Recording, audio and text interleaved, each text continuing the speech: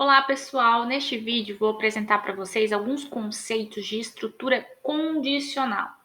Então, até o momento, eu estava considerando uma estrutura sequencial, onde nós temos instruções executadas uma após a outra, considerando uma determinada sequência, uma mesma sequência.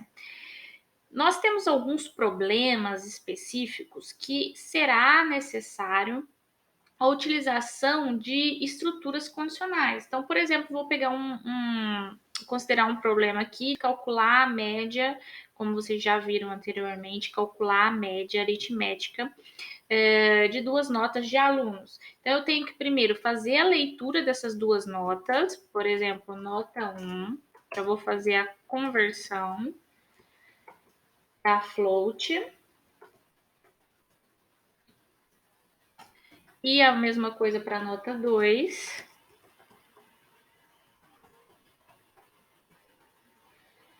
Depois, vou calcular a média aritmética e vou armazenar na memória esse valor, nota 1 mais nota 2, dividido por 2. E vou apresentar o resultado dessa média. Posso colocar aqui algumas mensagens. Só como demonstração.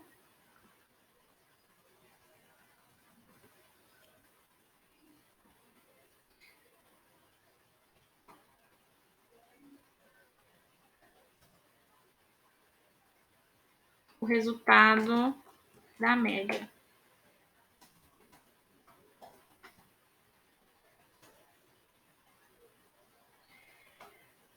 Vamos supor que... deixa eu testar se aqui está tudo correto, verificar se está tudo correto. Então, vou entrar com a nota 1. O resultado da média 9.0. Vamos supor que agora, além de mostrar a média da turma, eu quero dizer se o aluno está aprovado ou reprovado, dependendo de algumas condições. Vamos supor que a condição é, se o aluno tirou 5 ou mais, ele está aprovado. Se não, se ele tirou uma nota menor do que 5, ele está reprovado. Então, neste caso, considerando essas restrições, nós vamos ter que fazer comparações. Quando eu preciso fazer comparações, nós não vamos ter uma execução sequencial como foi feita aqui. Então, primeiro, o processador executou essa instrução, que é fazer a leitura da nota 1 e armazenar na memória. Depois, considerando essa sequência que está aqui, a leitura da nota 2, depois o cálculo da média e depois a apresentação da média. Agora aqui, dependendo do resultado da média, eu vou ter uma condição e de acordo com essa condição, nós vamos ter um desvio, dependendo do resultado. Se a média for, no caso, maior ou igual a 5, vai ser apresentado na tela a mensagem que o aluno foi aprovado. Se não, o aluno vai ser reprovado. Então, são duas execuções de instruções diferentes, dependendo da nossa condição, do resultado da nossa condição aqui. Então, eu vou apresentar para vocês como trabalhar com estrutura condicional, tá? Então, eu vou considerar aqui apenas algumas demonstrações primeiro e depois a gente faz essa alteração aqui no programa. Para a gente trabalhar com essas condições, nós precisamos usar operadores relacionais. Nós temos operadores relacionais e operadores lógicos, tá? Dependendo do problema, tem essas possibilidades de utilizar. esses operadores. Então, a gente vai trabalhar com o valor booleano, que eu já mostrei para vocês anteriormente, né? Por exemplo, aqui, se eu crio uma variável, vou criar uma variável qualquer aqui, x, e vou atribuir o valor true.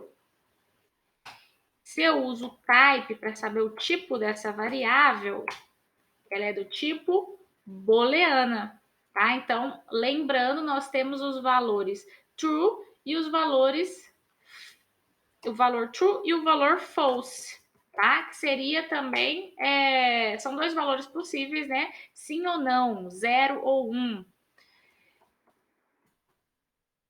Então, nós vamos trabalhar com esses valores, tá? Posso fazer, utilizar diretamente o valor true ou false. Posso utilizar uma operação, fazer uma operação que vai me retornar o valor true ou false. E também posso considerar esse valor armazenado em uma variável, utilizar a variável mesmo contendo esse valor booleano. Então, eu posso considerar aqui um termo 1, o operador e o termo 2, certo? Então, sempre para utilizar um operador relacional lógico, eu tenho que ter aqui um termo do lado esquerdo e um termo do lado direito. Então, aqui no termo 1, eu vou substituir por um valor fixo, tá? Por exemplo, 5. E o termo 2, vou considerar um valor fixo também de 10. O operador, quais são as possibilidades? Eu posso querer, dependendo do problema, analisar se esses números são iguais. Então, para saber qual é a relação desse valor com esse valor, no caso, eu quero verificar a igualdade. Então, eu uso dois iguais, tá? Que é diferente do igual de atribuição que a gente viu anteriormente. Então, isso daqui é como se fosse uma pergunta.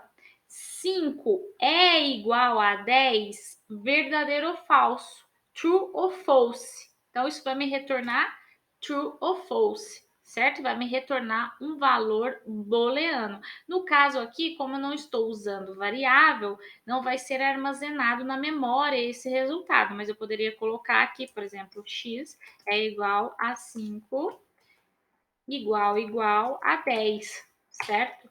Então, aqui no x, qual que é o tipo dessa variável? Ela é booleana, porque se eu peço para mostrar o valor dela, tem o valor false, que é o resultado dessa minha pergunta, desse operador aqui relacional, que é uma condição, certo? Eu tenho uma condição aqui que eu posso considerar na resolução do meu problema. Posso também considerar valores de variáveis. Por exemplo, no lugar do 5, eu posso considerar aqui, se eu crio uma variável N1 com valor 3, uma variável N2 com valor 15, por exemplo. Então, eu posso considerar aqui N1 é maior do que N2, verdadeiro ou falso? Falso, tá? Porque o 3, ele é menor do que o 15. Se eu faço ao contrário, né? Posso fazer N1 é menor do que N2, verdadeiro ou falso? True, ele é menor. O N1 é menor, certo? Ou poderia fazer uma comparação direta, né? Com um valor fixo. Por exemplo, N1 é menor ou igual. Então, quando a gente quer fazer duas comparações, no caso aqui, usando um ou, é menor ou igual, qualquer uma das duas possibilidades, a 3, verdadeiro ou falso? Verdadeiro. Então, tem uma substituição aqui, é como se eu estivesse usando 3 é menor ou igual a 3, certo? Então, ele não é menor, ele é igual. Então, entra numa dessas duas condições, por isso retorna true. A ordem aqui não tem problema. Poderia colocar aqui, por exemplo, n é menor ou igual a N1, certo? Então, essa ordem aqui, no caso de colocar uma variável valor fixo, não tem problema. Pode ser usada aqui a ordem de acordo com a sua decisão. Também é possível verificar se o número é diferente de outro, né? Por exemplo, 6. Qual que é o símbolo aqui que eu utilizo para diferença? É o exclamação igual. 6 é diferente de 10? Verdadeiro ou falso? Tá? É como se tivesse uma perguntinha aqui, tá? 6 é diferente de 10? True, verdadeiro, tá? Se fosse aqui no caso um 6, ia ser false. Por quê? Porque 6 é igual a 6. Então, a gente vai trabalhar com essas operações relacionais, tá? Que sempre é uma condição que vai retornar um resultado e de acordo com esse resultado, a gente vai fazer os desvios para executar instruções diferentes. Depois eu vou apresentar aqui um exemplo de como usaria essas condições aqui para este problema. No caso do menor ou igual, ou do maior ou igual, né? Se eu coloco aqui 5 é maior ou igual a 3.